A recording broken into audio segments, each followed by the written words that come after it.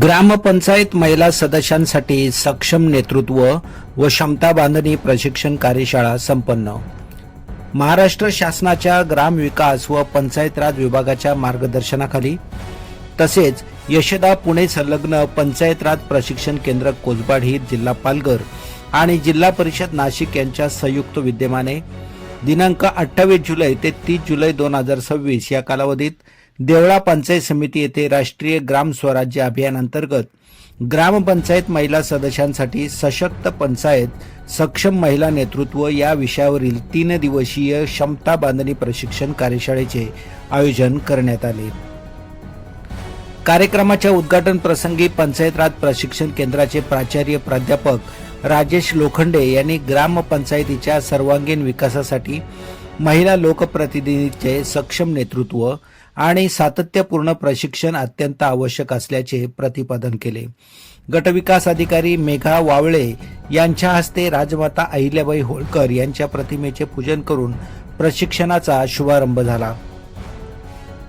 प्रशिक्षणादरम्यान प्रशिक्षक राजेश रंगडे, यशदा प्रवीण प्रशिक्षक तसेच सुप्रसिद्ध सिने कलावंत संजय गंगावणे यांनी महिला सक्षमीकरण, प्रभावी नेतृत्व आणि ग्रामविकासातील महिला प्रतिनिधींची भूमिका यावर मार्गदर्शन केले।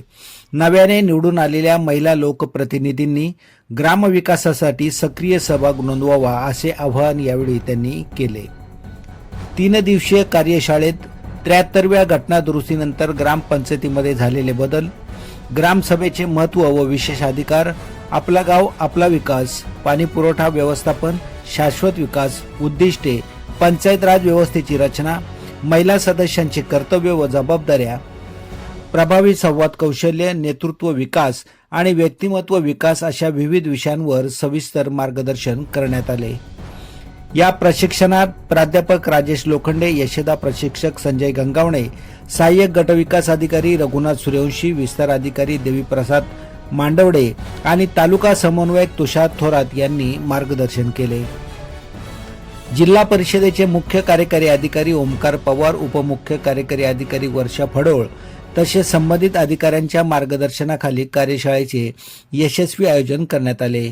समारोप प्रसंगी प्राचार्य प्राध्यापक राजेश लोखंडे यांनी प्रशिक्षणाच्या यशस्वी आयोजनासाठी सर्व अधिकारी, प्रशिक्षक व समन्वयांचे अभिनंदन करून त्याच्या योगदानाचा गौरव केला।